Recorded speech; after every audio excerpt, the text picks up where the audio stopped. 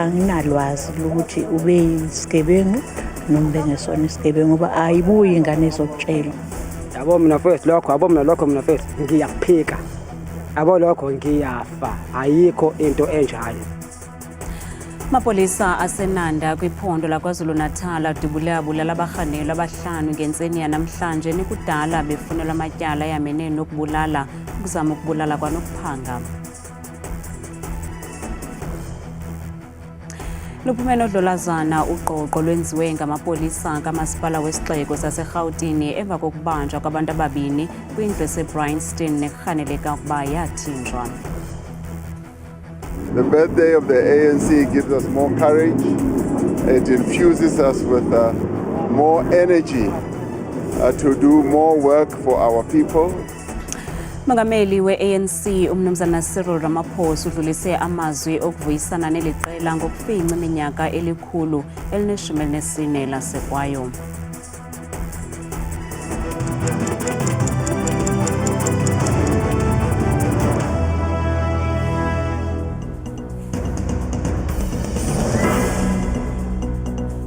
Sinamkele kwindaba zethu andamba indodwa andamba nophumza sikhumba noyitoliki yolimilo lwezandla Botani Mzontsundu. Mapolisa aseNanda kwiphondo laKwaZulu-Natal adubula abahanelwa abahlanu ngentseni yanamhlanje ekudala befunwa kudizwe kuba abahanelwa bebefunelwa amatyala ayamene nokubulala ukuzama ukubulala kwanokuphanga. Kuvakala ukuba emva kokulunywa indlebe ngendawo abahanelwa bazifihle kuyo, amapolisa athabathisile nalapho edibene nothotho lwembumbulu ezivela kubo abahanelwa nawo aphindisa. They were wanted for murder, like we said. Attempted murder, house robberies, armed robberies, and all within this area. And in November last year, police got hold of them, but they shot at police officers. They survived. They moved. They continued their killing spree. So when we got information that they are here, we had to come tactically.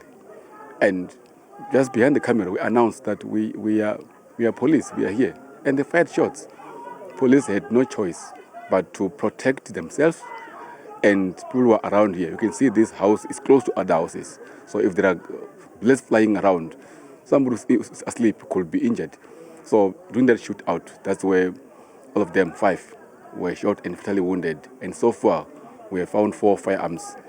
Ngelixa izihlobo zamaxhoba zisithi bezingenalwazi ngemikhuba yolwaphulo-mthetho yaye zisothukile kukwehlelwa sesisiyeleku. Azikho impawu engeke ngayibona ngoba phela uyabona uma ingane ihamba inabangani akukho ngakwazi. So ngiyoba ngisho nje anginalwazi ukuthi ube yisigebengu noma bengesona isigebengu ngoba ayibuyi ingane ezokutshela ukuthi khona something esilwenzayo. Yabo mina first lokho, yabo mina lokho mina first ngiyakuphika. Yabo lokho ngiyafa, ayikho into enjalo. Oba omncane first abona first bomncane first kade phuza first isonto lonke. Alale isonto lonke. Aphuze isonto lonke. First alale isonto lonke. Pho manje ke first isikhathi lento first ubezobe sithathaphi. Isikhathi first sokuthi first ahambe ganga. Kambe amapolisa avakalise ukuxhalaba ngenani labantu abazizophula imithetho abanemipu kweliphondo. Mapolisa anqanile kuba ebesenza uphando kwimoto ebihaneleka kuba inemipu engekho semthethweni phakathi kwecicirha nesikhululo senqwelomoya eMthatha eMpuma Koloni. Namapolisa aye anqola ngqo kwezisithuthi ngelizama ukukhangela ezizixhobo kodwa aye agagana nerhuluwa nawo ke lamapolisa akhange aphozise maseko aye aphindisa nalapho ke kwasweleka umrhanelwa omnye.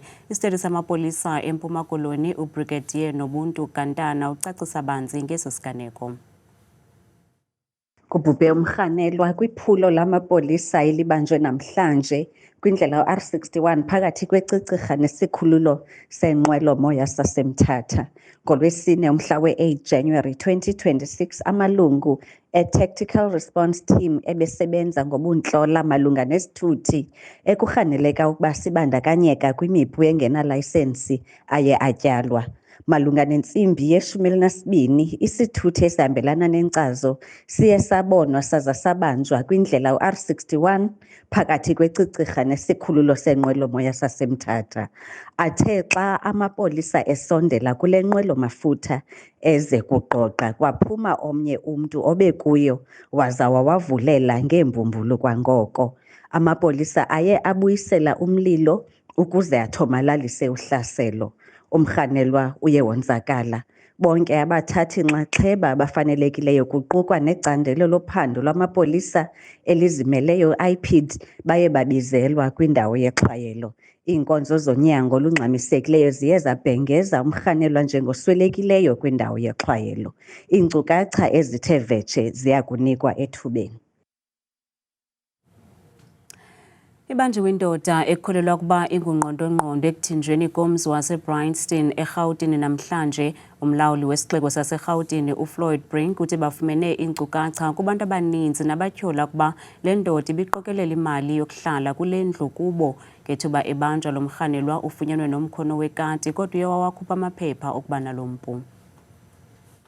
Umphathi wesixeko saseRhawutini uGqirha Floyd Brink ephelekwa lisebe lokhuselo loluntu kunye namanye amaqela ezomthetho ebebambe uqoqo kwisakhiwo esikwindawo yengcungcu iBryanston namhlanje. uBrink uyanqwala ukuba umkhono wekati ofunyenweyo usemthethweni.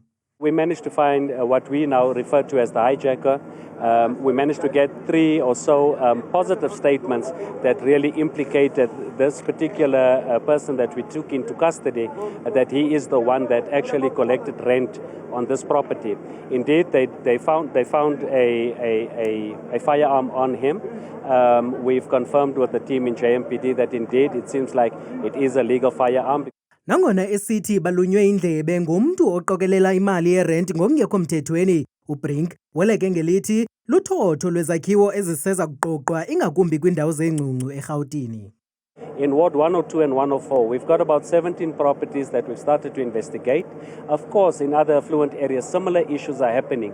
And because we are on a revenue drive, in order for us to be able to collect as a city from a financial sustainability point of view, we will be having a zero-tolerance approach when it comes to these particular hijack buildings. NgoDisemba, abasemagunyeni bafumanisa ukuba esi sakhiwo sele sisetyenziswe ngokungekho semthethweni kangangeminyaka emihlanu. kwaye sinetyala lamanzi eliqabele ngaphaya kwesigidi. We can confirm that from City Power point of view and from the Georgia Water point of view, all services are disconnected as we think, and I think the authorities will take over from here. uDlolane weleke ngelithi umnini wendlu sele esifakile isicelo sokuba kucinywe ityala lamanzi nelombane. Of course, in this investigation, we have to commence and then look at the period that it will be mentioned and check what happened prior and even currently. And then you deal with that issue if it exists. And then you obviously, when you deal with that, you also apply the law or the bylaws that governs that kind of circumstances. And then you advise the customer of what needs to happen. Ngabantu abaqikelelwa kwi-140 ebebehlala kwesi sakhiwo kwaye yimikhukhu eqikelelwa kwi-40 esele ichithiwe sithetha nje. Ngabantwana abangaphaya kwama-20 abaphakathi kweminyaka emi-5 ne-17 abanqakulwe ngumkhosi wokhuselo kweli uncediswa ligunya abantu elilawula imida kweli kufuphi nomlambo waseLimpopo kumda iBeitbridge. Kholelwa kolokuba abantwana bebesendleleni esingise eZimbabwe. Igunya abantu elilawula imida yeli belilijonge ngeliso elibukhali isango lomda iBeitbridge okususela ekuqaleni konyaka. Namhlanje amagosa anqakule abantwana abangama-20 ukanti mnye kuphela umntu omdala ongumzali womntwana kweli qela ngelixa abantwana baseleyo bebehamba ngaphandle kweliso labazali. We brought them to the border just to interview them in terms of where they're going and establish if there's relations between the manager and the parents. We pick up that there's only one parent who can account for one child in the group of 20. So meaning that 19 of them did not have a guardian or a parent with them. Abasemagunyeni bathi aba bantwana abasuka kwiindawo ezahlukeneyo kwiphondo laseGauteng bebesingise eZimbabwe ukubuyela esikolweni njengoko kuvulwa izikolo kungekudala, nto leyo idala ixhala nanjengoko isakha isiseko sokurhweba ngabantu nokunyhashwa kwamalungelo abantwana. What we are worried about is that this then is a breeding ground for trafficking, for violation of human rights. And what we do when we find that is that we bring on board our colleagues from DSD, Social Development on our side, to come and take over that function because it's really concerning children's acts and children's rights. Uthi olungenelelo lubonisa inzame eziqhubekayo zolawulo lwemida eyenziwa yi-BMA kunye nomkhosi wokhuselo i-SANDF. From our side, we've got social development that will take over to ensure that the children are not traumatized, the children are assisted in terms of, being reunited with their parents. But on the Zim side as well, they've got social services that are waiting for us to hand over those kids to them, so that they make sure that the kids are handed over to their parents, not to any third party who might further violate their human rights. Eli qumrhu lithi lizaqhubeka nokuqinisa ukusebenza ngokubambisana kunye namahlakani eqela lokhuseleko ukuthintela uxhatshazwa kwabantwana namanina kunye nokukhusela imida yeli. Kulubaphathiswa yephondo laKwaZulu-Natal uMnumzana Thami Ntuli uphakamisa ukuba umkomishina lamapolisa kweli phondo uNjengele Nhlanhla Mkhwanazi axhuzule imikhala isihlandlo sesibini kwesi sikhundla. Ixesha likaNjengele Mkhwanazi liza kuphela ngomhla wama-26 kuMatshi walo nyaka. uNtuli uthi ubunkokheli bukaNjengele Mkhwanazi bubalulekile kakhulu nanjengoko abemi boMzantsi Afrika beza kuvota kunyulo lorhulumente basemakhaya kulo nyaka. Ukwancoma uNjengele Mkhwanazi ngobunkokheli bakhe obuqotho athi bubuyisele intembeko yoluntu kwicandelo lezomthetho. Umkomishina lamapolisa kazwelonke kufuneka atyumbe abakomishina bamaphondo ngokuxhomekeke kwisivumelwano nenkulu-baphathiswa yeli phondo laKwaZulu-Natal. Mongameli we-ANC uMnumzana Cyril Ramaphosa udlulise amazwi okuvuyisana neli qela ngokufinca iminyaka elikhulu-14 lasekwayo. LokaRamaphosa ukwanike imbeko kubasunguli beli qela, watsho esithi amalungu eli qela kumele alandele umzila wabo babekho ngaphambili ngokuthi asebenzele uluntu. Amagosa phezulu e-ANC athe bhazalala kulo lonke iphondo laseMntla-Ntshona kwimisitho eyahlukeneyo yokusikwa kwecake phambi kwemibhiyozo zakubanjwa ngomgqibelo. Umbutho wesizwe i-African National Congress wasungulwa ngolusuku lwanamhlanje umhla wesi-8 kuJanuwari kwiminyaka 114 eyadlulayo. Lo mbutho uwagqithile amajingi-nkqiwu wayiqabela neminqantsa kwilinge lokukhulula emakhamandeleni abo babecinezelekile kwinkqubo yobukoloniyali nakurhulumente wengcinezelo. The birthday of the ANC gives us more courage. It infuses us with more energy to do more work for our people, because the ANC exists for the people. When it was formed, it was called the Parliament of the People, and we are taking that legacy forward. And this is a day when we actually advance the legacy of the forebears and the founders of the ANC.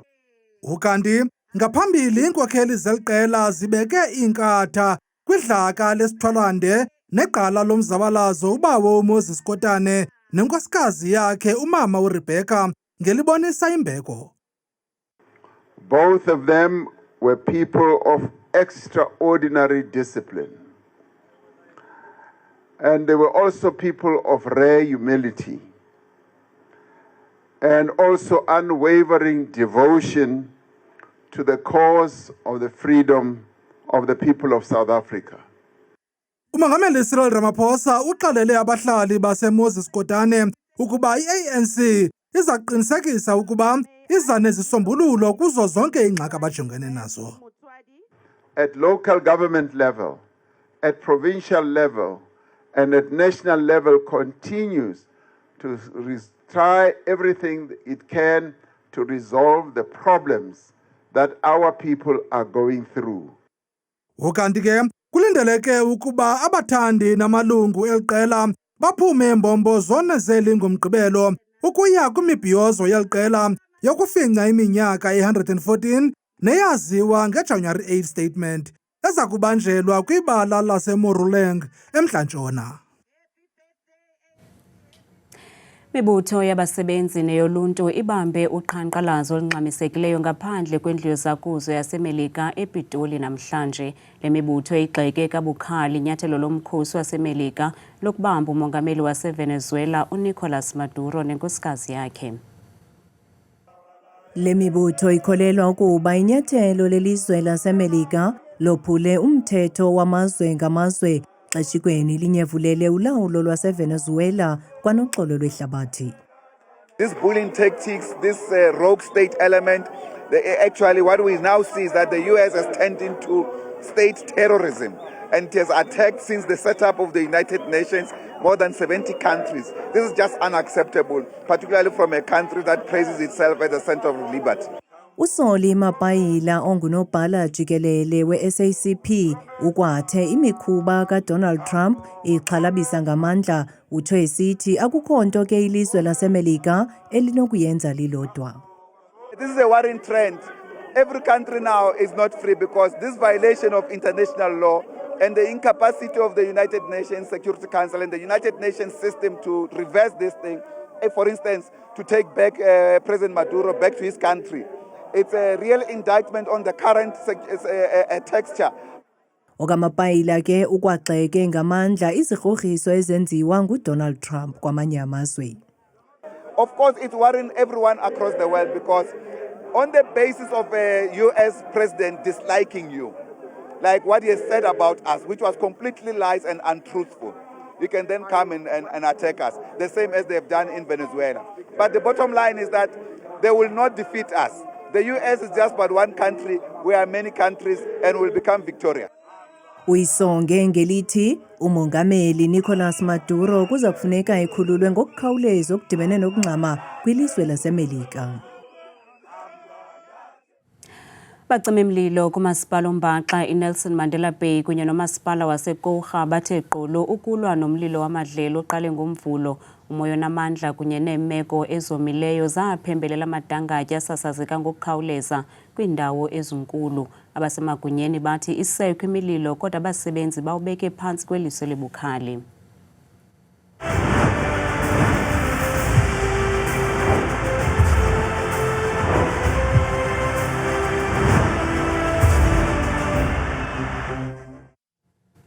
Ziyabethana izimvo zabathandi bebhola ekhatywayo kweli ngekamva lomqeqeshi Bafana Bafana uHugo Broos emva kokuphanza kweli qela ukudlulela kumjikelo olandelayo weAFCON.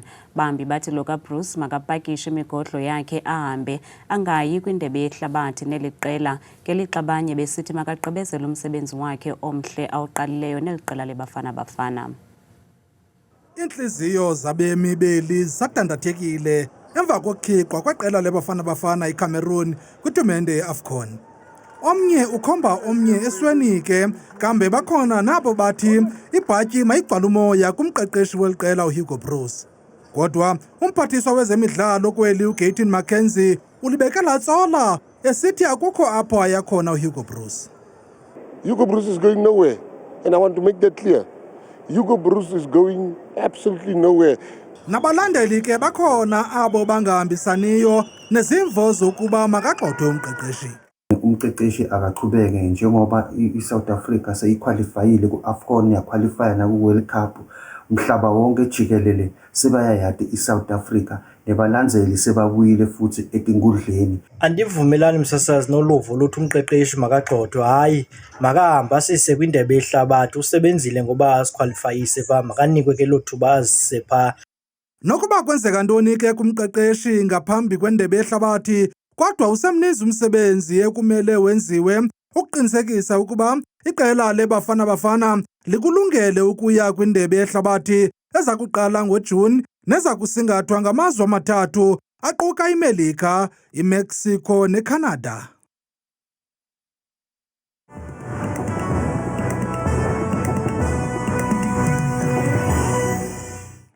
Enkosi kakhulu ke mamQwathi nomamzangwa ezindabeni ndiyakubulisa mbukele ekhaya ndikwamkele ke kwidesika yam yemozulu mna bethuna ngegama ndikuthabile ke ndiyinzwakazi yabathembu mvanje ngokubanzi masijongeni kaloku nansi ke imozulu leyo mbukele ekhaya siyesiphawule kaloku sixwasele ngokubanzi ke iziganeko zemozulu kusukela ekuseni ngorhatya ngomso kuqhubeka kakhulu kumbindi wonke emzantsi phaa kooPriska ekuseni kucwengile phaya bevuswa nguye kaloku la 19 degrees babuye ke mbukele ngomso emva kwedinala bavale basonga usuku sele kutshisa mpela kakhulu kumbindi womzantsi ngamashumi amathathu akhatshwa sisithandathu kokubanzi ke masijongeni kaloku amaqondo wakho ke mbukeli wamaphantsi naphezulu sifike ngephondo lokuqala eliphalona ephondweni lasempuma koloni impela ke futhi kwintshona namazantsi olaphondo phaka lokorhafu futhi nazo zonke nje ezaziphaluka phaqaba ngamafu bevuswa ngu12 degrees kanti ke nje imozulu kwiphondo laseFreystata nelizinze kumbindi kumzantsi Afrika mpela futhi kokuncam yelaphondo phaya nempuma njengapha koFixburg ekuseni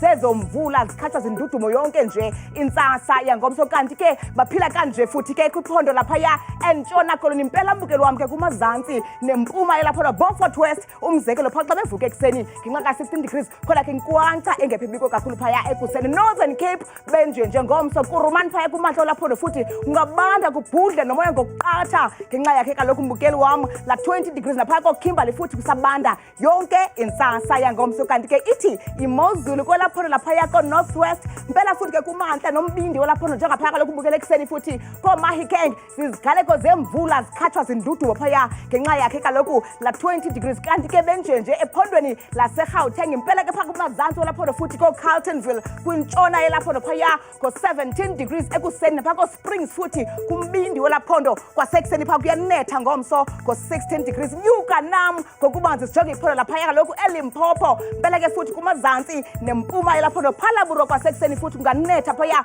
kubane ke kududume ngenxa yakhe la 22 degrees yehle nam ngokubanzi sijonge iphondo laphaya kaloku empumalanga ngamandla ke kumazantsi nentshona yelaphondo phaa kwasekuseni futhi koStanderton zimvula nendudumo nje yonke lantsasa ngenxa yakhe kaloku la 16 degrees ivuma ndivale ndisonge imozulu ngephondo lokugqibela nqa phaya ke KwaZulu Natal impela mbukelo wamekhaya phaya kumantla futhi ubusephongola phaya kwasekuseni kunganetha kufese nje ngenkwankca engephi phaya ka-17 degrees mna ndikuthanda kangaka xa ndishwale miyoli